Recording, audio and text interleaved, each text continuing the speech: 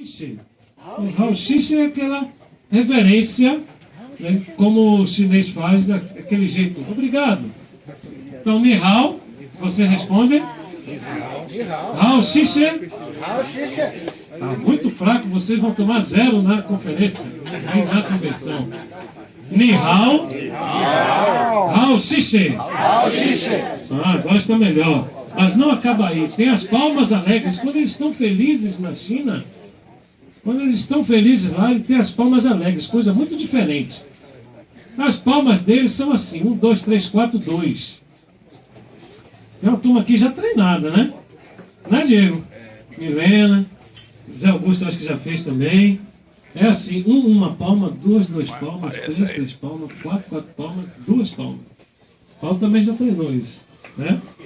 Aí eu quero ver, isso é um projeto de ação. Vamos ver se somos bons e se ninguém vai pagar o mico de bater a palma errada.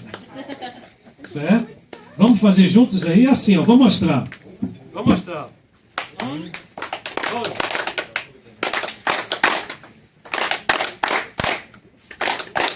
Tá vendo? É contar mental, esse exercício mental, coisa de chinês.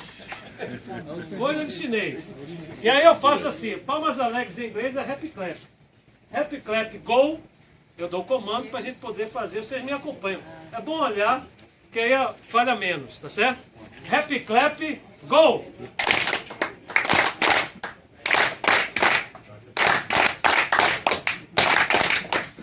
Bom, mas foi o Rotaract que falhou aí, foi? Foi Genildo? Ah, falei, ó! Estou treinando desde ontem isso. E no final ainda tem o seguinte: ó, isso tudo ele fez em todos os treinamentos com a gente. Quando uma coisa é boa lá na China, é uma coisa sã. 1, 2, 3, 4. Sã, aí faz assim, sã. Nesse sentido. E quando a coisa é excelente, ela é sã, sã, sã. 3 sãs. 2 sãs é porque não é uma coisa tão boa. Eles são ímpares, certo? Ou é sã, ou é sã, sã, sã. E aí a gente faz assim, faz esse sinal. E quando a gente diz 2014, 2015, é sã. Faça o Rotary brilhar, é sã. E o Rotary Club Ilhéus é sã. Muito bem. Agora vamos fazer tudo junto? Ni Hao. Hao Xixi. Happy clap. Não precisa de happy clap. Go!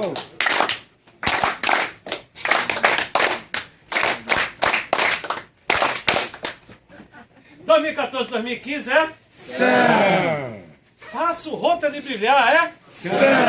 E o Rotary Club Ilhéus é sã.